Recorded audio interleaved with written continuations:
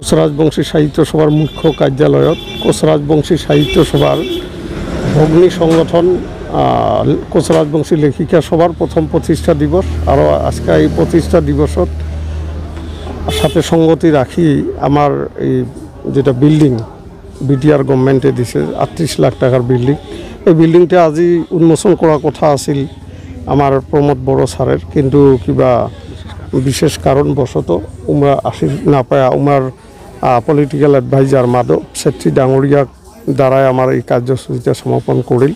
আর প্রথমতে আমার flag hosting করিল লেখিকা সভানেত্রী নিবেদিতা রায়, শহীদ অর্পণ করছে লেখিকার সাধারণ সম্পাদিকা আমার সৌজা বর্মন, আর বৃক্ষরোপণ করিল আমার রঞ্জু ডেকা, সাবজেক্ট টিচার আমার রামফলবিল হায়ার সেকেন্ডারি, আর আমার চৌধুরী শকুন্তলা চৌধুরী, আমার মীনা কুমারী রায়, আর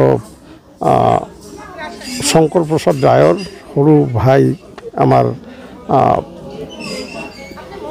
চক রায়।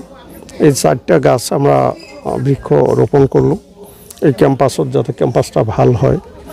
তো আমার এলা আছে আলোচনা চক্র রাজবংশী ভাষার উত্তরণত মাতৃর ভূমিকা, এর সঞ্চালিকা হল ডক্টর গীতা সরকার, উদ্বোধক ডক্টর লাবণ্য ভকত, আরও পার্টিসিপেন্ট উপস্থিত হয়েছে। এলা হয়তো এটা আরম্ভ হব। আর আমার গ্রন্থ উন্মোচন এখন হল বঙাইগাঁওয়ের আমার দীপনারায়ণ রায়ের লেখা কোচরাজবংশী সাহিত্য সভায় প্রকাশ করা গ্রন্থ গ্রন্থ উন্মোচন করা হল। কালিও আছে আমার কয়েকখান গ্রন্থ উন্মোচনী।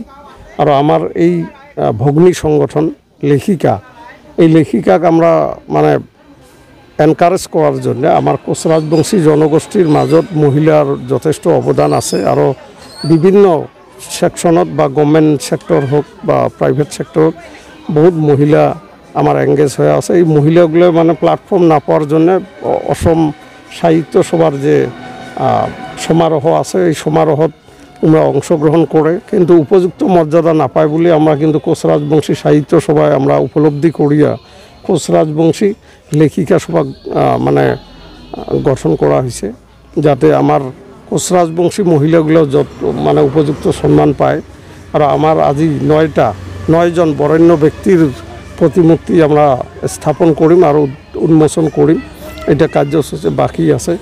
এরপরে আমার এর সাথে সঙ্গতি রাখি বহুত শিল্পী আমার আছে, যেগুলা শিল্পী নাকি আমার লোকশিল্পীর কোচরাজবংশী লোক মানে সঙ্গীতের সাথে জড়িত। বেঙ্গলেরও আছে পদ্মশ্রী গীতা রায় বর্মন, আমার জয়মতী রায়, ধরিত্রী রায়, আরও আমার শিশু শিল্পী নিকুমণি বর্মন, আরও আমার ঝুমুর নৃত্য পরিবেশন করিল। আমার কবি সম্মিলন আছে। তা আজির আমার এই অনুষ্ঠান মোটামুটি এইখিনি। আরও আমার গ্রন্থ উন্মোচন আছিল, কিন্তু গ্রন্থ উন্মোচন আছিল অরূপ দে ডাঙরিয়া, কিন্তু আমরাও বোধহয় ব্যস্ততার জন্য আসি না পাল। আমার রাজবংশী গ্রন্থ যদি আমার কোনো সদাশয় ব্যক্তি আমার কোচরাজবংশী সাহিত্য সভা বা লেখিকা সভা ভাল পায়, 2000 টাকার মানে আমার কোচরাজবংশী সাহিত্য সভায় বা রাজবংশী ভাষার গ্রন্থ কিনলে আমরা সাহিত্য সভা বা লেখিকা সভার আজীবন সদস্য মানে প্রদান করিম বলে আমরা ঘোষণা করলাম। তথাপি যাতে আমার রাজবংশী এই লেখকগুলো যে লেখে বইগুলো, এই বইগুলো যাতে মানে পাঠক সমাজের মাজত চাহিদা বৃদ্ধি হয়, এই জন্য আমরা এগুলা পদক্ষেপ নিছং, যাতে আপনাগুলোর জড়িয়তে আমরা আহ্বান জানাং।